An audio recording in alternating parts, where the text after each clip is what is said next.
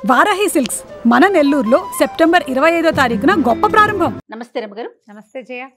దసరా మరి ఈ రోజు యొక్క విశిష్టత ఏంటి రమ్మగారు? విజయదశమి. విజయదశమికి కొన్ని ప్రత్యేకమైన విషయాలు చెప్తారు జయ. రావణ వధ జరిగింది ఈరోజే.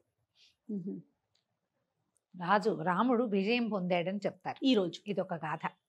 అక్కడి నుంచి అజ్ఞాతవాసంలో ఉన్నటువంటి పాండవులు ఈ రోజున అజ్ఞాతవాసాన్ని విడనాడారు, వదిలిపెట్టారు. ఓకే. ఉత్తర గోగ్రహణం జరిగింది. అర్జునుడు ఉత్తర కుమారుడు ఇద్దరు బయలుదేరి వచ్చారు. వాళ్ళిద్దరే ఉన్నారు. మిగిలిన వాళ్ళంతా దక్షిణ గోగ్రహణానికి వెళ్ళిపోయారు. ఈ వైపున ఆవులు ఒకవైపు గోగ్రహణం జరిగితే మిగిలిన ఉన్న వాళ్ళంతా అటు వెళ్ళారు. ఇక్కడ కొత్తగా మళ్ళీ ఆవులు తీసుకెళ్ళిపోతున్నారంటే దీనికి రాజకుమారుడైన ఉత్తరుడు విరాట రాజకుమారుడు. ఆయనకి సారథి ఎవరూ లేక తృతీయ ప్రకృతి స్వరూపంలో ఉన్న అర్జునుడిని తనకి రథసారథిగా తీసుకెళ్లారు. ద్రౌపదీదేవి అక్కడ ఉంది కదా, మన సైరంధ్రి స్వరూపంలో ఉంది. ఆవిడ ఇతనికి వచ్చు, బృహన్నలకి సారథ్యం వచ్చు, పూర్వం అర్జునుడికి సారథ్యం వహించాడు అక్కడ ఉండగా అని చెప్తే ఇక ఆయనని పంపించారు. తృతీయ ప్రకృతితో నేనేం చేస్తానని అనుకున్నాడు ఉత్తరుడు. దగ్గరికి వెళ్ళి సేనను చూసేసరికల్లా భయపడి వెనక్కి పారిపోదామన్నాడు. పారిపోదామంటే నువ్వు తోలు రథం, నేను చూస్తానని చెప్పి ఉత్తరునితోటి రథం తోలిస్తూ అక్కడ సెమీ వృక్షం ఉంది, అక్కడికి పద అని ఆ సెమీ వృక్షం వైపుకి తీసుకుపోయాడు. సెమీ వృక్షం దగ్గరికి వెళ్ళాక ఆ సెమీ వృక్షం పైకి ఎక్కమని అతను ఎక్కి ఆయుధాలు దించాడు. వీళ్ళు మొట్టమొదట అంటే సరిగ్గా సంవత్సరం ముందు పాండవులు అక్కడ ఈ ఆయుధాలని పెట్టారు. తమ ఆయుధాలు దాచిపెట్టారు. అజ్ఞాతవాసాలు వీళ్ళు, ఎందుకంటే వీళ్ళ ఆయుధాలు చాలా ప్రత్యేకమైనవి. మిగిలిన వాళ్ళ సంగతి ఎట్లా ఉన్నా అర్జునుడి తాలూకు గాంధీవము, భీముడి గద ప్రపంచ ప్రఖ్యాతిగాంచినవి, అవి గుర్తుపట్టేస్తారు. ఆయుధాలతో అవసరం కూడా లేదు అజ్ఞాతంలో వాళ్ళకి. అందుకని దాచిపెట్టారు. ఆ దాచిపెట్టిన ఆయుధాలని దింపారు. అర్జునుడు తన ఆయుధాన్ని స్వాధీనపరుచుకున్నాక స్వస్వరూపంలోకి వచ్చాడని చెప్తారు భారతంలో. స్వరూపంలోకి మారి తన ఆయుధాన్ని తీసుకుని యుద్ధానికి వెళ్ళి గెలిచాడు. విజయం సాధించాడు. ఆ రోజునే వాళ్ళ అజ్ఞాతవాసం పూర్తయి వాళ్ళు ఏ పందెం పెట్టుకున్నారో ఆ పందెం పరిసమాప్తి అయిందనమాట. అందుకని అది ప్రత్యేకంగా ఈ రోజున సెమీ పూజ కూడా చేస్తారు. మనకి ఇప్పుడు అవతారాలు ఏం వేస్తారు, 9 అవతారాలు నవదుర్గలు పూర్తయిపోయారు. నవంబర్కు వేసేటువంటి మహిషాసుర సంహారంతో మహిషాసుర మర్దిని అవతారం కూడా పూర్తయిపోయి, మర్దిని తర్వాత మహిషాసుర మర్దనం తర్వాత అమ్మవారు అలా మహాభయంకర ప్రళయ భయంకర రూపంతో ఉంది కదా. దేవతలు, మానవులు, ఋషులు ఎందరో బ్రహ్మర్షుల దగ్గర నుంచి అందరూ వచ్చి ఆమెను పరిపరి విధాలుగా ప్రార్థించి ఈ మహోదాత్తమైన స్వరూపాన్ని చూడలేకపోతున్నాం, ఇంత ఉగ్ర స్వరూపము ఆమెను శాంతింపజేయడానికి పరిపరి విధాలుగా స్తోత్రం చేస్తే ఆమె పరమశాంత సుందరమూర్తిగా మారింది. ఆ శాంత సుందరమూర్తే రాజరాజేశ్వరి. ఆ రాజరాజేశ్వరి అవతారంతో మనకి ఇంద్రకీలాద్రి మీద కనకదుర్గమ్మ వారి దేవస్థానంలో రాజరాజేశ్వరి అవతారంలో అమ్మవారిని మనకి దర్శనం చేయిస్తారు. ఈమెని అపరాజితాదేవి అంటారు. అంటే ఎక్కడా పరాజయము చెందని తల్లి, జయించలేనిది, ఆమెను జయించలేరు ఎవరు.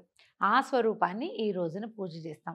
ఈ అపరాజిత పూజ అంటే ప్రసన్నంగా కూర్చుని ఉన్నటువంటి, మనం లలితా స్వరూపం పూజ చేసుకుంటాం కదా, ఆ అమ్మవారినైనా పెట్టుకోవచ్చు. రాజరాజేశ్వరి అమ్మవారి చెరుకు విల్లు పట్టుకున్న పటం కనపడుతుంది, ఆ పటమైనా పెట్టుకోవచ్చు. మన రోజువారీ పూజా విధానంలో ఏ అమ్మవారు ఉంటే ఆ అమ్మవారిని పెట్టుకోవచ్చు. అయితే ఈ రోజున మనం అమ్మవారికి ఏదైనా వస్త్ర సమర్పణ అవి చేయాలంటే ఆకుపచ్చ లేదా పసుపచ్చ లాంటి వస్త్రాలు సమర్పణ చేయొచ్చు. అమ్మవారికి కదంబ సాదము అంటే అన్ని కూరలు వేసి పులుసు కూడా పోసి చేసినటువంటి అన్నం, తర్వాత ఏమో చక్ర పొంగలి నివేదన చేస్తారు. ఇది ఆఖరి రోజు కాబట్టి మనం బూరెలు, పూర్ణం బూరెలు, తర్వాత పులిహోర, చిత్రాన్నాలు, రకరకాల అన్నాలు, పాయసాన్నాలు ఉన్నాయి కదా మనకి, చిత్రాన్నాలు, అన్ని రకాల అన్న నివేదనలు చేయొచ్చు. శాకాన్నాన్ని బదులే మనం ఇది చేసుకుంటాం కదా కదంబ సాదం, అన్ని రకాల నివేదనలు చేయొచ్చు. ఇన్ని రోజుల్లోనూ మనం సేవించుకోలేని ఏవేవి మిగిలిపోయాయి అనుకుంటాం, అది ఈ పండగ రోజున అన్ని రకాల సేవల్ని అమ్మవారికి సమర్పణ చేయొచ్చు.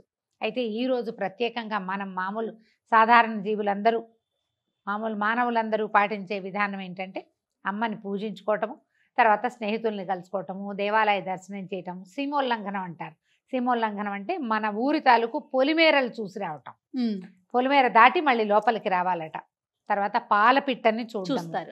ఆఖరిది ఏంటంటే ఇంకో పెద్ద పని ఏం చేస్తారంటే సెమీ వృక్ష దర్శనం కానీ సెమి ఆకులని జమ్మి ఆకుల్ని పంచుతారు. జమ్మి కొట్టడం అంటారు దీని పనే అది.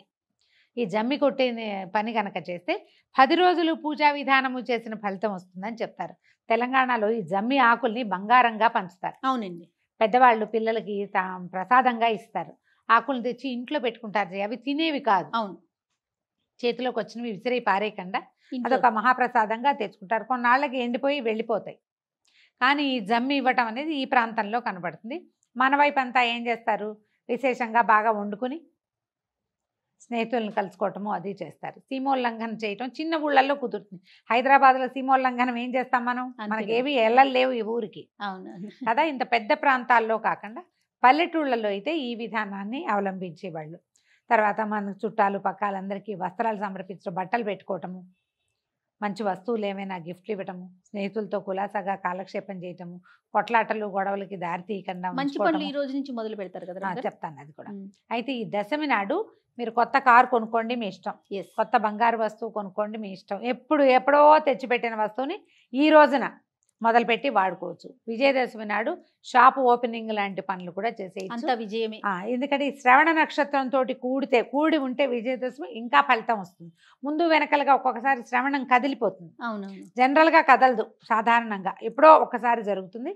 శ్రవణంతో కలిసి ఉన్నటువంటి దశమి నాడు కనుక అమ్మవారి దర్శనం దేవాలయానికి వెళ్ళిన ఇంట్లోనే నమస్కారం చేసుకుని పందిళ్లలో పెడతారు. అక్కడైనా సరే మనం అమ్మవారిని దర్శనం చేసుకుంటే విశేషమైన ఫలితం లభిస్తుంది. ముందు రోజున మనం కలశం పెట్టుకున్న వాళ్ళు కలశాన్ని తీసి పక్కకు పెట్టాం కదా, కలశ విసర్జన ఈ రోజున మంచిది. కలశంలో నీళ్లు పోసి పెట్టామనుకోండి, ఒకవేళ నీళ్లు పోసి పెట్టుంటే ఆ నీళ్ళని మొక్కల్లో పోసేసి ఒక చుక్క కొద్దిపాటి నీళ్ళని మన ఇంట్లో అందరూ ఎవరెవరున్నారు ఇంటి కుటుంబ సభ్యులు అందరి నెత్తి మీద చల్లుకోవటం ఒక మంచి పద్ధతి. తర్వాత ఒకవేళ బియ్యం పోసి కలశం పెట్టామనుకోండి, ఆ బియ్యాన్ని ఈరోజు ప్రసాదంగా వండుకొని మనం అన్నం వండుకుంటాం కదా, దాన్ని ఆ బియ్యంతో వండుకోవటం మంచిది. తర్వాత ఎవరికైనా తాంబూలం ఇవ్వటము, ఏదైనా దానం చేయదలుచుకుంటే చేయటము, కొత్త విద్య మొదలు పెట్టడము, కొత్త పుస్తకాలు మొదలు పెట్టుకోవటము, సంగీతం లాంటివి ఏమైనా డ్యాన్స్ క్లాసులు మొదలు పెట్టుకోవటం, శాస్త్రం చదువుకోవటానికి మంచి రోజు. ఇట్లా ఏదైనా సరే ఏ కొత్త పని చేయాలన్నా ఈ రోజున చేసుకుంటే విశేషమైన ఫలితం లభిస్తుంది. మంచిదంటే సరిగ్గా పూర్తవుతుంది అనమాట. పాండవులు ఆ కథలో చూద్దాం, అజ్ఞాతవాసాన్ని విరమించారు. వాళ్ళు రాజ్యాన్ని మళ్ళీ పొందటం అనేది ఎంత బాగా జరిగింది. మధ్యలో ఎంత గొడవైనా సరే చివరికి వాళ్ళు ధర్మం గెలిచింది. వాళ్ళు ఏ ధర్మాన్ని పట్టుకుని ఉన్నారో ఆ ధర్మం గెలిచింది. అలాగే మనం కూడా గెలుస్తాం. గెలుపుకు సూచనే విజయదశమి.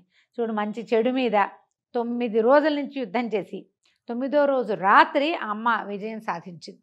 ఆ విజయానికి గుర్తే మనం ఈ రోజున పండగ చేసుకుంటాం. విజయదశమి పండగ చేసుకోండి.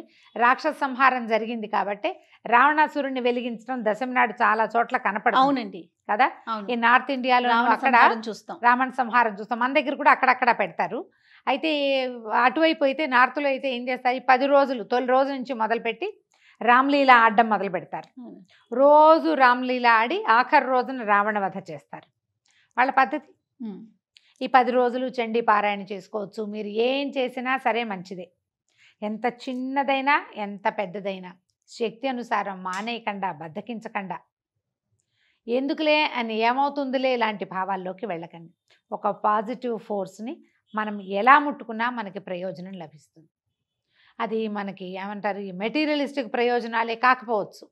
అది మనకి డబ్బుగానో, ఉద్యోగంగానో, వస్త్రంగానో, బంగారంగానో, ఏదో పదోన్నతిగానో పరిణమించకపోవచ్చు. కానీ పాజిటివ్ ఎనర్జీ ఎప్పుడూ మన వెన్నంటి ఉంటుంది. ప్రతి సంవత్సరం వచ్చే దసరా పండుగలో 10 రోజుల పాటు మీరు చేసే అర్చన పూజ ఏడాదంతా మనని కాపాడతాయి. అంతే కదా. మనని కాపాడే ఈ ఆద్యశక్తికి నమస్కారం చేసుకుంటూ ఈ 10 రోజుల్లో ఆమె చాలా ప్రసన్నంగా ఉంటుంది కాబట్టి ఈ ప్రసన్నతని సొంతం చేసుకోండి. దీంతో మనం దసరా పండుగ తాలూకు వీడియోలు సమాప్తి చేద్దాం. చాలా చక్కగా 10 రోజులకు సంబంధించి ప్రతి విషయాన్ని ఏ రోజుకి ఆ రోజు ప్రత్యేకంగా మాట్లాడుకున్నాం. చాలా సంతోషం రమ్మగారు. తర్వాత మనం కట్టుకున్న శారీస్ని సఖీ శారీస్ వాళ్ళు స్పాన్సర్ చేశారు కదా రమ్మగారు. బాగున్నాయి కదా, చాలా బాగున్నాయి. ఎక్కడెక్కడ బ్రాంచెస్ ఉండి మీకు ఏమైనా ఐడియా ఉందండి? ఇది కూకట్పల్లి, సికింద్రాబాదు, ఏఎస్ రావు నగర్ 3 ఉంది. Sakhi the house of Kanchi weaves వాళ్ళవి. అయితే వీళ్ళకి విజయవాడలో, మంగళగిరిలో, తర్వాత గుంటూరులో కూడా షోరూమ్స్ ఉన్నాయి. ఓకే, పట్టు చీరలు వీళ్ళ ప్రత్యేకత. వీళ్ళ ప్రత్యేకత కంచి వీవ్సే, దాని పేరు హౌస్ ఆఫ్ కంచి వీవ్సే. ఓకే, అవకాశం ఉన్న వాళ్ళు చూడండి, ఇప్పుడు మేము కట్టుకున్న చీరలు ఎలాగో కనపడుతున్నాయి. వీటితో పాటు మనం వేసుకున్న జ్యువెలరీని ముకుందా జ్యువెలర్స్ వారు మనకి స్పాన్సర్ చేశారు రమ్మగారు. వీళ్ళకి బ్రాంచెస్ వీళ్ళకి కేపీహెచ్పిలో ఉంది, కొత్తపేట్, సోమాజిగూడ, వీటితో పాటుగా ఖమ్మంలో కూడా ఒక బ్రాంచ్ ఉందండి. వీళ్ళది ఏంటంటే ముకుంద అనగానే ఫ్యాక్టరీ అవుట్లెట్ అనే ఒక ట్యాగ్ లైన్తో వీళ్ళు ముందుకు వచ్చారు. లైట్ వెయిట్ జ్యువెలరీ వీళ్ళ స్పెషాలిటీ అండి. అది ఏ టైప్ ఆఫ్ జ్యువెలరీ అయినా కూడా చాలా లైట్ వెయిట్లో తయారు చేసి, అంటే ప్రతి ఒక్కరికి కూడా బంగారం కొనుక్కోవాలనే కళని నెరవేర్చడం కోసమే మేము ముందుకు వచ్చామనేసి ముకుంద వాళ్ళు చెప్తూ మేకింగ్ ఛార్జెస్ లేవంటున్నారు. నో మేకింగ్ అండి. మేకింగ్ ఛార్జెస్ లేకుండా ఓన్లీ తరుగు మీద వెళ్తుంది. బాగున్నాయి. ప్రతి నెక్లెస్ యూనిక్ గా కొత్తగా ప్రత్యేకంగా కనిపిస్తున్నాయి. పండగను మాత్రం మనం చాలా బాగా జరుపుకున్నాం. ఈ సందర్భంగా మనం స్పెషల్ థ్యాంక్స్ చెప్పాలి అనుకుంటే కనుక మన కెమెరామెన్స్ అంతా కూడా ఎంతో కష్టపడి స్టూడియో అంతా రెడీ చేశారు. వీళ్ళతో పాటుగా సఖీ అండ్ ముకుందా జ్యువెల్స్, వీళ్ళిద్దరికి కూడా special thanks. Thank you very much. Once again మీకు దసరా శుభాకాంక్షలు రమ్మ గారు. సుమన్ టీవీ ప్రేక్షకులందరికీ దసరా పండుగ శుభాకాంక్షలు.